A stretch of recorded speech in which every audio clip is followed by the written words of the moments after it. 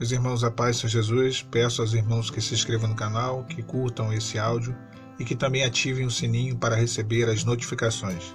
O texto da Palavra de Deus diz assim, no livro do profeta Jeremias, capítulo 42, no versículo de número 10.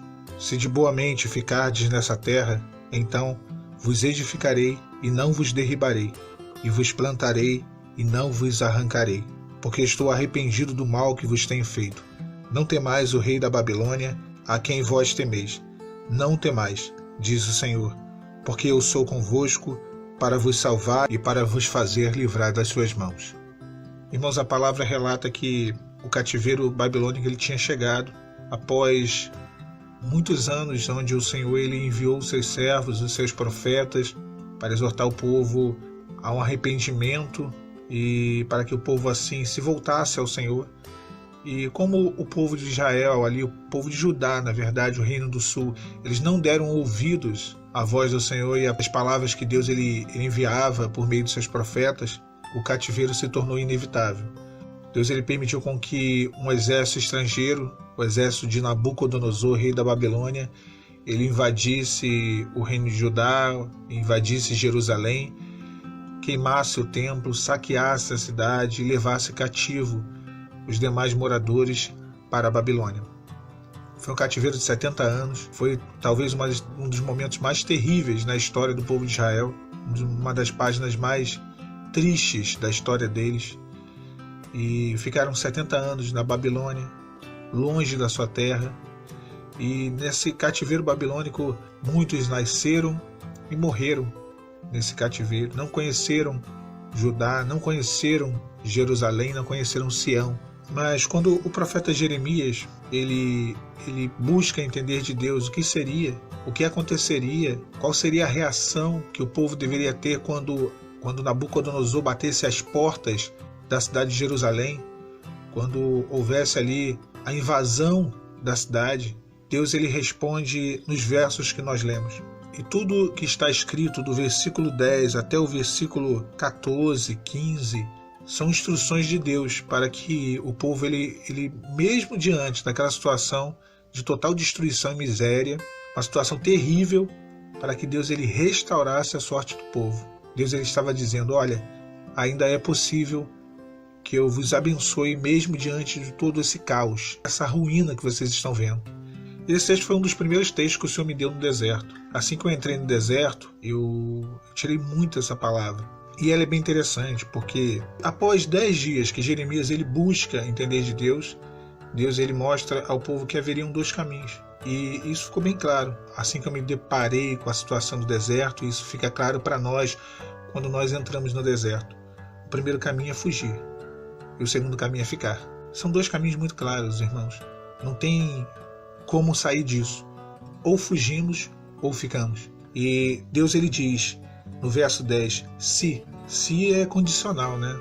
Se pode ser que sim, pode ser que não, mas ele diz, se de boa mente ficardes nesta terra, ou seja, ele fala de uma posição, de continuar no mesmo lugar, de não abandonar Jerusalém, não abandonar a cidade ali da promessa, a terra que Deus mesmo tinha dado para eles, a herança deles, e o casamento é a nossa herança, é a nossa promessa, a nossa família é a nossa promessa. E o Senhor lhe disse, se ficardes nesta terra, então vos edificarei e não vos derribarei. Ele fala que, olha, eu vou edificar, eu vou restaurar. É a promessa que marca o nosso deserto. Deus, ele promete que ele vai restaurar. Essa é a certeza que nós temos. A única variável somos nós mesmos, de a gente não ficar, de a gente fugir. Eu não vos arrancarei. E olha que coisa maravilhosa, porque estou arrependido do mal que vos tenho feito. Deus ele não tem prazer em nos conduzir a esse tipo de situação, de permitir, na verdade, com que isso aconteça. Mas é necessário.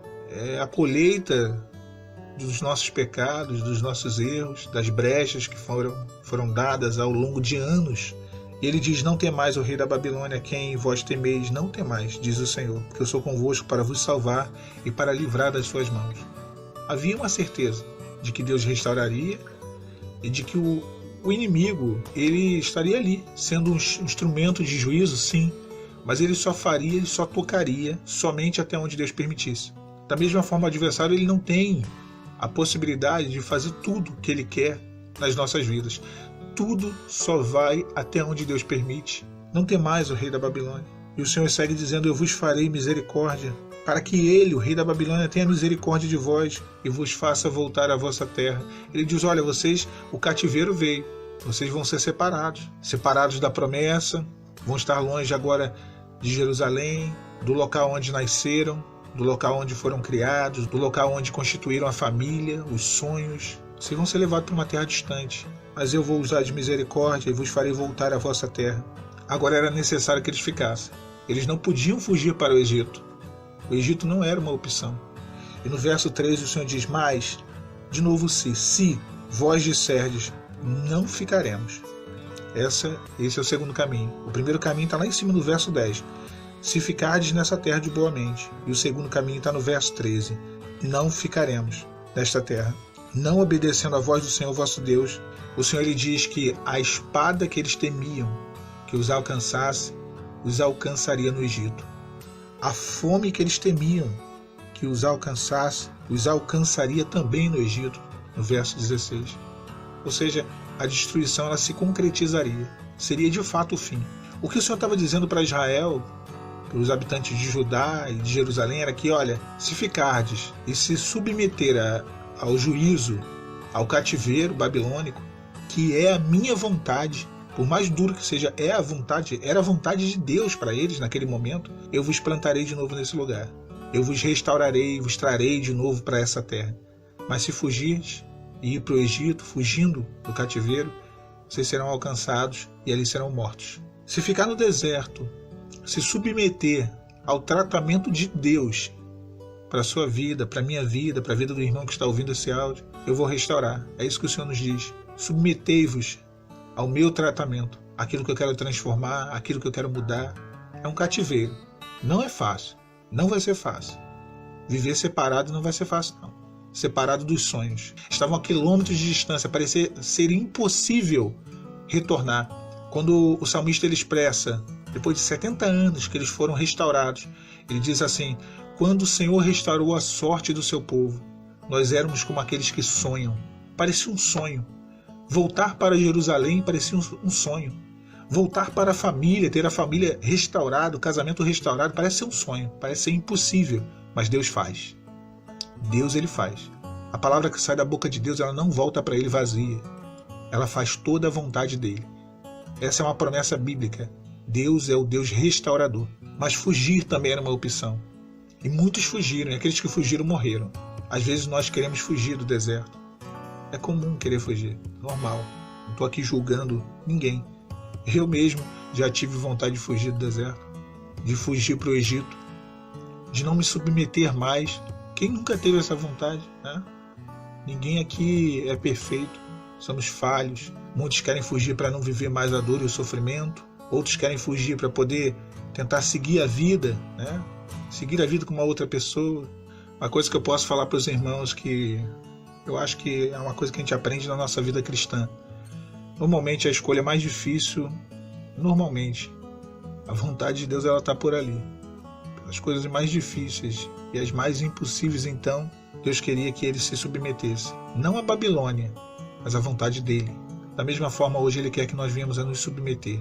O tratamento que nos foi proposto e está sendo dado para nós nesse deserto. Fiquem os irmãos e as irmãs com a paz do Senhor Jesus.